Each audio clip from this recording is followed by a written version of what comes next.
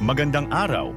Sa video na ito, tatalakayin natin ang buod ng ika-29 na kabanata ng El Filibusterismo ni Dr. Jose Rizal na may pamagat na Ang Huling Patiukol kay Kapitan Tiago.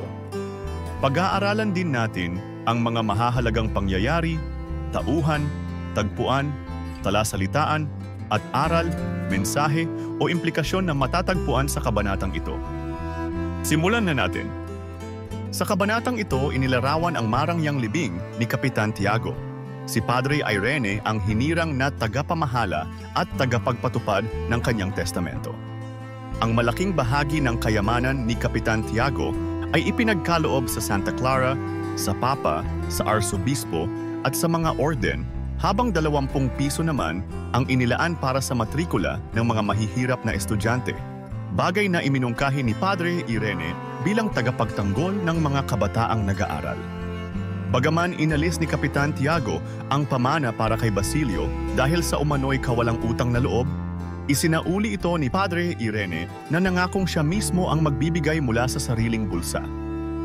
Nagkaroon ng usapan at pagtatalo tungkol sa tamang damit na isusuot ni Kapitan Tiago sa kanyang huling hantungan.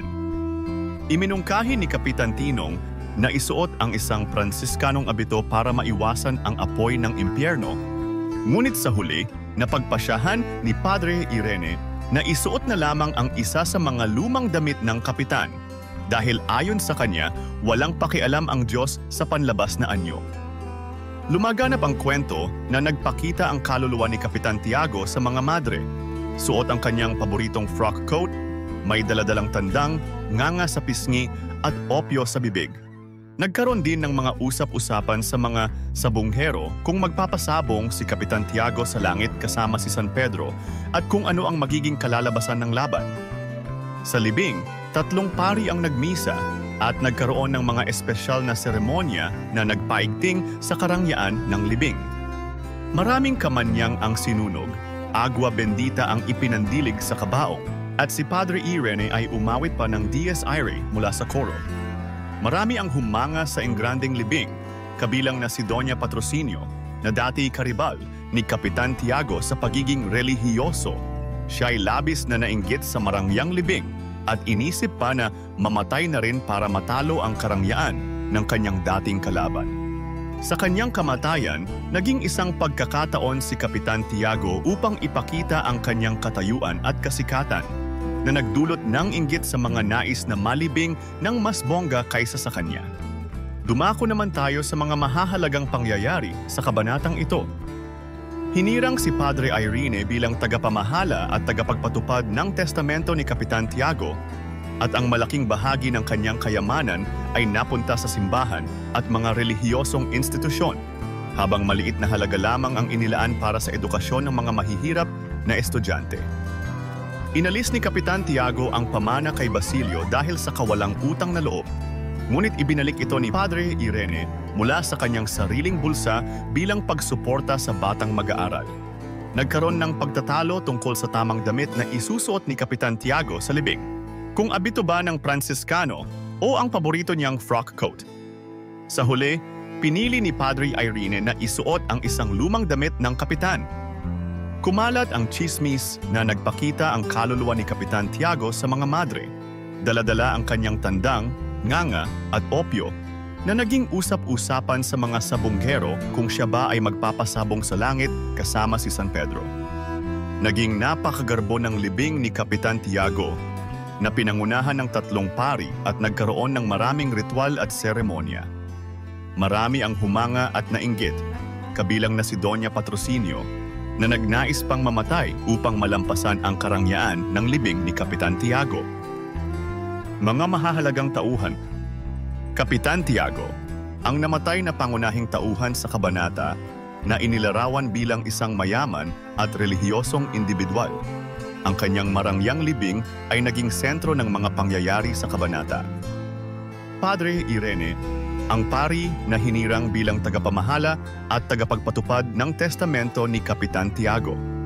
Siya ang nag-ayos ng libing at nagdesisyon tungkol sa mga huling habilin ni Kapitan Tiago, kasama na ang pagbabalik ng pamana kay Basilio. Basilio, isang mag-aaral na pinagkaitan ng mana mula sa testamento ni Kapitan Tiago dahil sa umano'y kawalang utang na loob, ngunit ibinalik ang pamana sa tulong ni Padre Irene.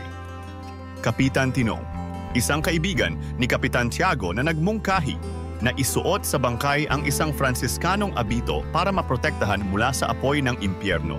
Doña Patrocinio, ang karibal ni Kapitan Tiago sa pagiging relihiyoso na labis na nainggit sa marangyang libing at nagnais pang mamatay upang malampasan ang karangyaan ng kanyang dating kalaban.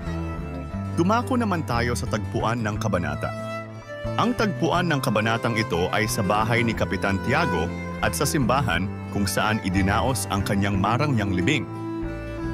Ngayon naman ay talakayin natin ang mga talasalitaan sa kabanatang ito. Testamento, isang legal na dokumento na naglalaman ng mga huling habilin o pamana ng isang tao bago siya mamatay. Kaluluwa, espiritu o diwang bahagi ng isang tao na itinuturing na nagpapatuloy ng buhay matapos ang kamatayan. Libing, seremonya o ritual ng paglilibing o paghahatid sa huling hantungan ng isang namatay.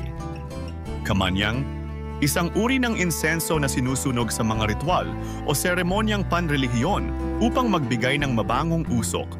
Obsequies, mga ritual o seremonya na isinasagawa bilang pagbibigay-pugay o pagpapaalam sa isang namatay. At ngayon ay alamin naman natin ang ilan sa mga aral, mensahe o implikasyon na ipinakita sa nobela.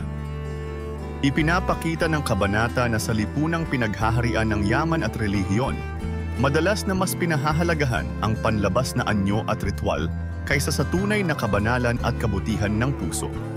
Ang kabanata ay nagpapakita ng pagkukunwari at pagpapaimbabaw sa relihiyon, kung saan ang mga seremonya at mga donasyon sa simbahan ay nagiging sukatan ng kabanalan, kahit na hindi naman nito tunay na sinasalamin ang pagkatao ng isang individual. Ipinapakita rin ang kawalan ng hustisya sa lipunan dahil ang yaman at koneksyon ay nagiging daan upang magkaroon ng pribilehiyo tulad ng marangyang libing at pagpabor ng mga nasa kapangyarihan na hindi pantay na natatamasa ng lahat. At diyan nagtatapos ang ika-29 na kabanata ng El Filibusterismo, ang huling patiukol kay Kapitan Tiago. Ano ang natutunan mo sa kabanatang ito? I-comment mo na ang iyong sagot. Inaanyayahan ka din namin na i-like, subscribe at i-click ang notification bell para lagi kang updated sa mga susunod naming videos. Hanggang sa muli, maraming salamat sa panonood